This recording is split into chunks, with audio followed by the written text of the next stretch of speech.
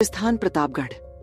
एक छोटे से घर के छोटे मगर बेहद ही खूबसूरत कमरे में एक लड़की बिस्तर पर बड़ी ही बुरी तरह सो रही थी। वह पूरे बेड पर फैली हुई थी। उसके हाथ पैर पूरे बिस्तर पर फैले हुए थे। वो लड़की बड़े ही सुकून से सो रही थी। तभी कमरे के बाथरूम का दरवाजा खुला और एक लड़की येलो कलर का पटियाला सूट पहने कमरे में आई। उस लड़की को देखकर यह साफ पता चल रहा था कि वह लड़की नहाकर आई है।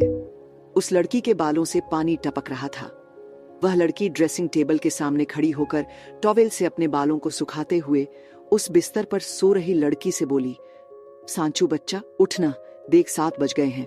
उठ जा और कोलाज के लिए रेडी हो जा, वरना तुझे कोलाज के लिए लेट हो जाएगा। उसकी बात सुनकर बिस्तर पर सो रही लड़की अंगड़ाइयां लेते हुए अपनी आलस भरी आवाज में उससे बोली, दीदू बस थोड़ी देर और सोने दीजिए ना, और वैसे भी कोलाज में लेट हो भी गई तो क्या होगा। मेरी क्लास का फर्स्ट लेक्चर तो आप ही लेती हो, तो आप थोड़ी ना अपनी सांचू को क्लास से बाहर निकालोगी। सांची की बात सुनकर श्री ने उसे अपनी छोटी आंखों से देखते हुए उसके ऊपर से ब्लैंकेट झटके से खींच लिया, जिसकी वजह से सांची धड़ाम से जमीन पर गिर गई और जमीन पर गिरते ही सांची की नींद खुल गई। और फिर वह अपनी कमर पर अपना हाथ रखकर दर्द से कराहते हुए बोली, आह दीदू लग गई मुझे, आप रोज यही करती हैं। देख लेना पाप पड़ेगा एक सोते हुए इंसान को जगाने के लिए। श्री ने जब सांची को कराहते हुए देखा तो उसके पास बैठकर उसकी कमर पर अपना हाथ रखकर उसकी टेंशन लेते हुए बोली, सांचू लग गई क्या? सॉरी बच्चा, मुझे नहीं पता था कि तुझे इतनी जोर से लग जाएगी। सांची उसकी बात सुनकर जोर जोर से हंसने लगी। सांची को हंसता हुआ देख श्री गुस्से से खड़ी हो गई और उससे बोली, तू नाटक कर रही थी, तू कभी नहीं सुधर सकती है ना। इतनी बड़ी हो गई है पर तेरा बचपना अभी तक नहीं गया। एक दिन तेरा यही बचपना तुझे किसी बड़ी मुसीबत में फंसा देगा, इसलिए कहती हूं अभी भी वक्त है, सुधर जा।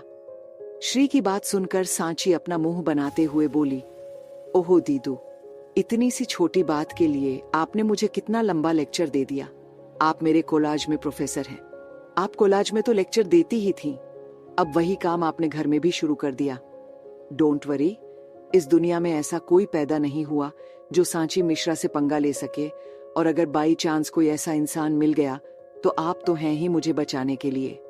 सांची की बात सुनकर श्री उसके सिर पर टपली मारते हुए बोली, बस बस, छोटी है लेकिन कितना बोलती है। चल अब जल्दी से तैयार हो जा, कोलाज के लिए लेट हो रहा है और हमें मंदिर भी जाना है। श्री की बात सुनकर सांची एक्साइटेड होते हुए उससे बोली, अरे हाँ, मैं तो भूल ही गई थी कि हमें मंदिर जाना है।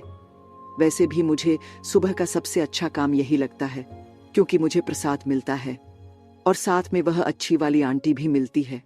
आप बाहर मेरा वेट कीजिए, मैं 2 मिनट में फटाफट रेडी होकर आती हूँ।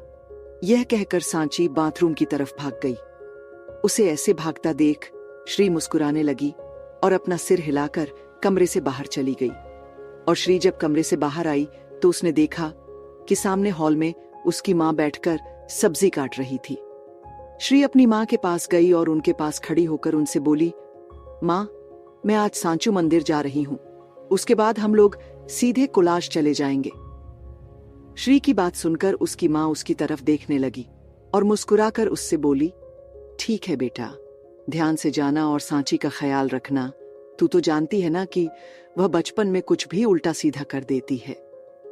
अपनी माँ की बात सुनकर श्री अपना सिर हाँ में हिलाते हुए बोली, आप फिक्र मत कीजिएगा, मैं सांचू का ध्यान रखूंगी और इस बात का ध्यान रखूंगी कि वह अपने बचपने में किसी के साथ कुछ न करे। श्री अपनी माँ से बात कर ही रही थी कि तभी सांची अपने कान का ईयररिंग पहनते हुए उसके पास आती है और उसे जल्दी से बोली, दीदू चलो, जल्दी चलो, हम लेट हो जाएंगे, चलो चलो। यह कहकर सांची जल्दी से घर से बाहर निकल गई। उसे ऐसे हड़बड़ाहट में घर से बाहर जाते देखकर श्री और उसकी माँ एक दूसरे को देखते हुए मुस्कुराने लगे। श्री सांची को देखकर अपनी माँ से मुस्कुराकर बोली, ये देखिए, खुद देर तक सोती है और लेट होने पर ऐसे बात करती है जैसे हमने इसे लेट किया है।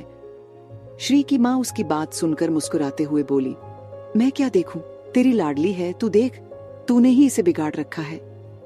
श्री अपनी माँ की बात सुनकर मुंह बनाकर बोली, क्या माँ, आप भी ना? अच्छा, ठीक है, मैं चलती हूं। ये कहकर वह भी घर से बाहर निकल गई। श्री और सांची के निकलते ही नीलम जी के चेहरे की मुस्कुराहट थोड़ी फीकी पड़ गई और वह कुछ सोचने लगी। वह कुछ सोच ही रही थी कि तभी श्री और सांची का बड़ा भाई अंश अपनी माँ के पास आ गया और उसके पास बैठकर उनसे बोला, क्या हुआ माँ, अभी तो आप ठीक थी, अब किस सोच में डूब गई? अंश की बात सुनकर नीलम जी उसकी तरफ देखते हुए बोली, श्री के बारे में सोच रही हूं बेटा, पता नहीं क्या लिखा है इसकी किस्मत में। मुझे फिक्र होती है उसकी, वह किसी की अमानत है मेरे पास। डर लगता है कि कहीं उसकी जिंदगी कोई और हुक्म न चला ले तो मैं क्या जवाब दूंगी अपनी दोस्त को कि मैं उसकी अमानत का, उसके वेट का ध्यान नहीं रख पाई। नीलम जी की बात सुनकर अंश थोड़ा गुस्से में उनसे बोला, माँ, आपको अभी भी लगता है कि वो आएगी? माँ, आपकी दोस्त एक बड़े घर की बहू है, वह हम जैसे छोटे घराने की बेटी को कभी भी अपने घर की बहू नहीं बनाएंगी। पिछले 1 साल से उन्होंने अपनी शक्ल तक नहीं दिखाई है। पिछले साल जब आपने श्री और उनके बेटे की शादी की बात की थी, तब देखा ना आपने कैसे उन्होंने बात को टाल दिया था। तब से लेकर अब तक उन्होंने एक बार भी फोन तक नहीं किया है। मैं तो कहता हूं, आप श्री के लिए रिश्ता ढूंढना शुरू कर दीजिए। मुझे नहीं लगता कि वह रिश्ता अब हो पाएगा। अंश की बात सुनकर नीलम जी उसके हाथ पर हाथ रखकर उसे शांत कराते हुए बोली, ऐसी बात नहीं है बेटा, मेरी दोस्त तब से मेरी दोस्त है। जब वह एक बड़े घर की बेटी थी तब उसने मेरे साथ दोस्ती निभाई, तो मैं यह कभी नहीं मान सकती हूं कि वह अब एक बड़े घर की बहू बनकर बदल गई है। हाँ, मैं मानती हूं कि पिछले साल जब मैंने श्री की शादी की बात की थी तो उसने वह बात टाल दी थी, लेकिन मुझे पक्का यकीन है कि उसके पीछे जरूर कोई ना कोई बड़ी वजह होगी और मुझे इस बात का भी यकीन है कि वह मुझसे किया वादा कभी नहीं तोड़ेगी। वह एक दिन जरूर आएगी। नीलम जी की बात सुनकर अंश छिड़ते हुए वहां से चला गया। अपने बेटे को ऐसे गुस्से में जाता देख नीलम जी अपना सिर हिलाते हुए खुद से बोली, तू चाहे कुछ भी कहे अंश, मैं नहीं मानती कि मेरी दोस्त एक बड़े घर की बहू बनकर बदल गई है। जरूर कोई ना कोई बड़ी बात है जो वह अब तक नहीं आई, लेकिन मुझे पूरा यकीन है कि वह एक दिन जरूर आएगी और मुझसे किया अपना वादा जरूर पूरा करेगी। यह कहकर वह फिर से सब्जी काटने लगी। क्या सच में निभाएगी नीलम जी दोस्त उनसे किए वादे को? जानने के लिए पढ़ते रहिए मेरी कहानी का अगला चैप्टर। सांची